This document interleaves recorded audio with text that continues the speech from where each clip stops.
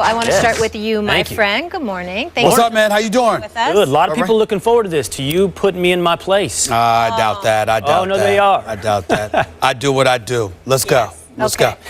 Let's start with this. Is this the perfect move for the Knicks? It's exactly perfect, Molly. Stephen A., this is a great move. Now, granted, it's a Hail Mary, but it's the kind of Hail Mary that Phil Jackson and the Knicks need to make.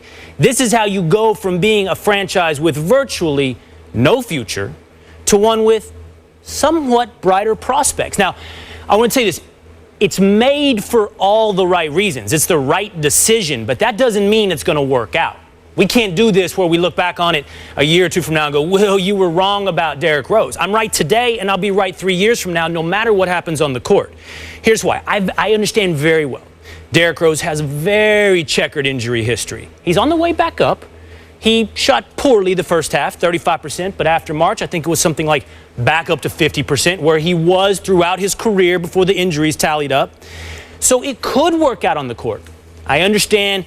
What is Derrick Rose? I think he has a 26, 27% usage rate on team plays, which is the highest of Carmelo's any teammate he's ever had. So I'm worried about what it looks like on the court. But that doesn't mean this is going to be a bad decision. This is still a perfect decision. And here's why. You have to look at the risk reward here. The risk is this. You signed up for Derrick Rose for 1 year. 1 year. $21 million. 1 year. If it doesn't work out, if all my initial hunches about the on the court are wrong, big deal. A year from now, you've cleared $14 million plus in cap space. You already have $30 million. Your real risk is Robin Lopez. Career, last year 17 PER, basically Andrew Bogut, basically maybe Marcus Camby. That's your risk, Robin Lopez. So worst case scenario, a year from now, you've increased your cap space. You can go get somebody that did work out.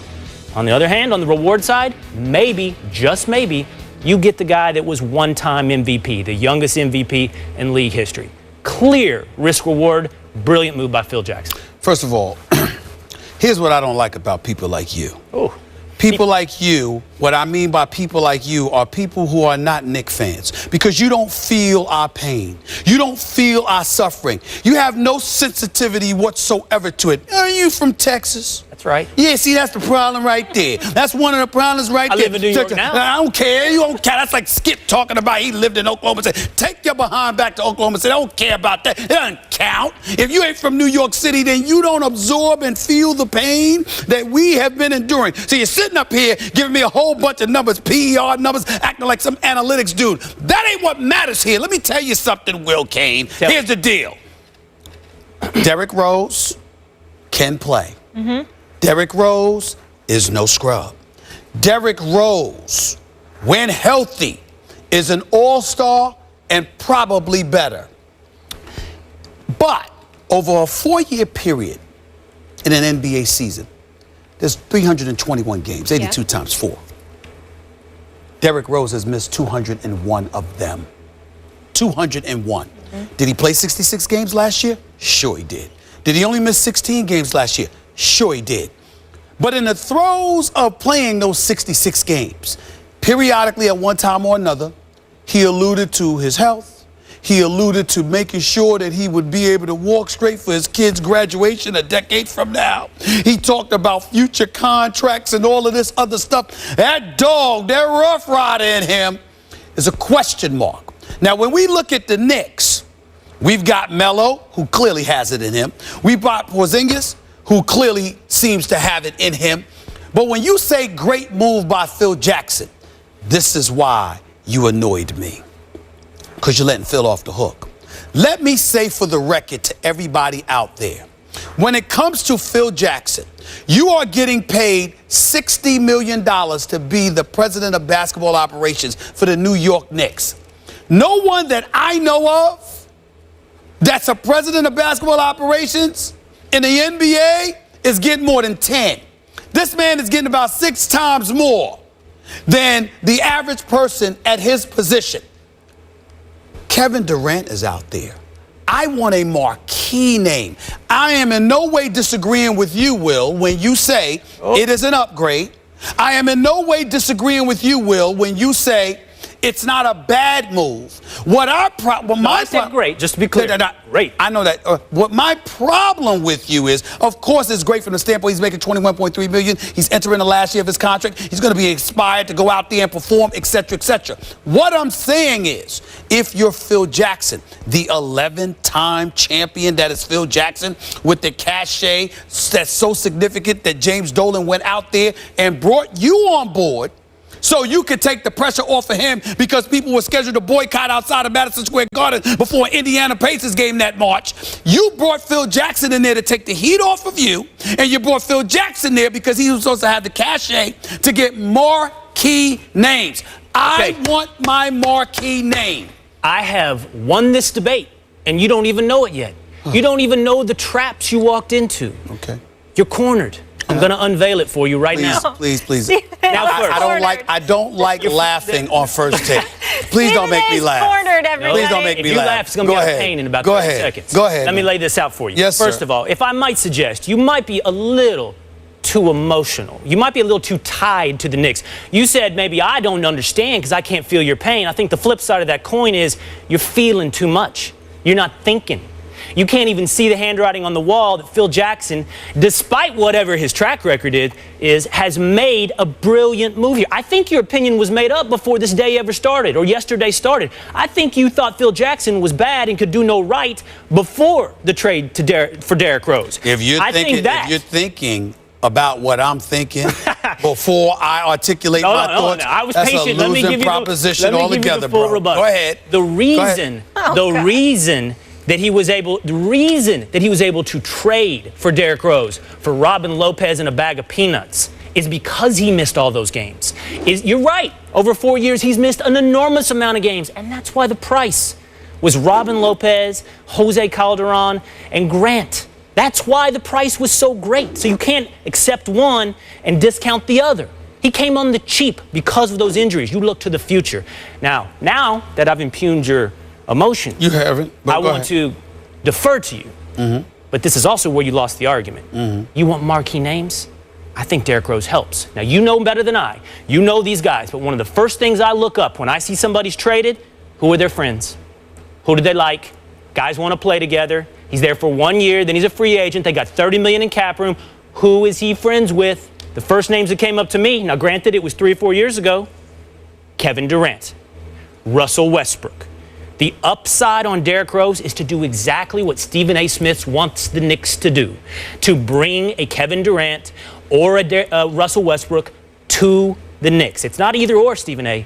It's both. First of all, Russell Westbrook and Derrick Rose would not play on the same team. If you know anything about basketball, their talent level, accumulate talent. It's not going to happen. You're dreaming. That's number one. Number two, certainly Derrick Rose got along with a few players. Kevin Durant is one of them. If you know anything about Derrick Rose is an incredibly nice guy. It's hard for anybody to dislike him. I can assure you there's almost no one in the NBA who dislikes him. So that ain't breaking any news there right there. Number three, anybody you accumulate that has talent is going to be something that raises an eyebrow because the New York Knicks have been devoid of much of it for many, many years now. So when you look at it from that perspective, if that's the reason that Phil Jackson acquired a Derrick Rose, then the best argument that you could make, Will, on behalf of Phil Jackson, is that it's not finished yet. Let's see what he does in free agency. That's the best you can do. Because what I'm saying to you is this. No, that's the best you could do. Because what I'm saying to you is Phil Jackson has to be held accountable because of this reason. You are a marquee name. You were brought to the Mecca to attract marquee names.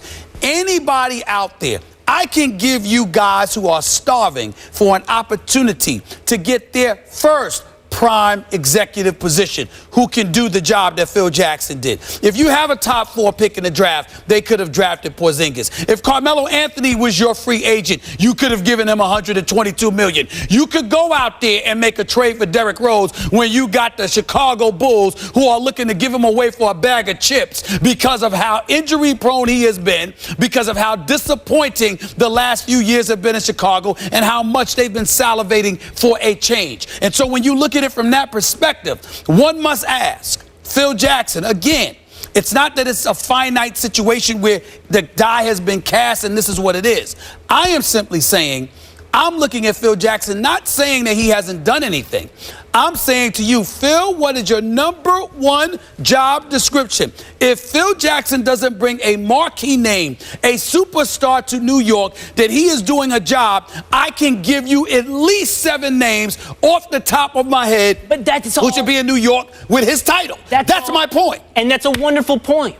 If it was a rebuttal to a position I held today, which is that Phil Jackson is the best GM in the NBA, or that he's a genius, none of which I argued. I simply argued, great move. Yeah, Hail Mary, perfect move, because he did what you want. That's just why I win the debate. No. He got a one-time MVP, That's not true, Will. potential all-star, That's not cleared cap Will, that's space, not true. and made himself a bigger lure for free agents. Will, they had cap money last year. Yep, but the Stephen point that I'm trying to make is, simple question. Are you going to go out there and get a marquee name? Do you think, simple question, today versus 2 days ago, they're better. with or without Derrick Rose? Not better, more likely or less likely to get Kevin Durant or some other marquee free agent? I don't know the answer. No, I do not. The answer is yes. No, I do not. The answer is yes. Will, trust me. You don't know that the answer Well, is yes. I defer to you. Because if I don't know the answer is yes, you damn sure don't know the answer is yes. No. I am telling you, I defer to what you hear. know. I defer to what you know. All I'm saying to you is this. We don't know, but in the end, where I take exception to anybody who wants to praise Phil Jackson for this move, I am simply making the case. Don't y'all gloss over of what his real job description is. Don't let that man do this. Phil Jackson has to go out there and get a superstar caliber box office talent. Otherwise, he is doing the same job that anybody else could have done, and he's getting paid 6 times more. That is my point. I just feel like when he does, you might be making the same arguments then. I promise you I won't. This was a great move. I promise you that if Phil Jackson gets Kevin Durant, I will come on national television. I will apologize. I will have a ball. I will praise Phil Jackson to the high heavens. He gets me Kevin Durant. Absolutely. We will leave it there. Not sure that's going to happen. We shall see. Stay tuned. Speaking of praise, LeBron James finally got to celebrate in his hometown of Cleveland yesterday. But do these two gentlemen have a problem with the speech he gave? Boy. You don't want to miss this. Just getting heated up. And people who love more than people who want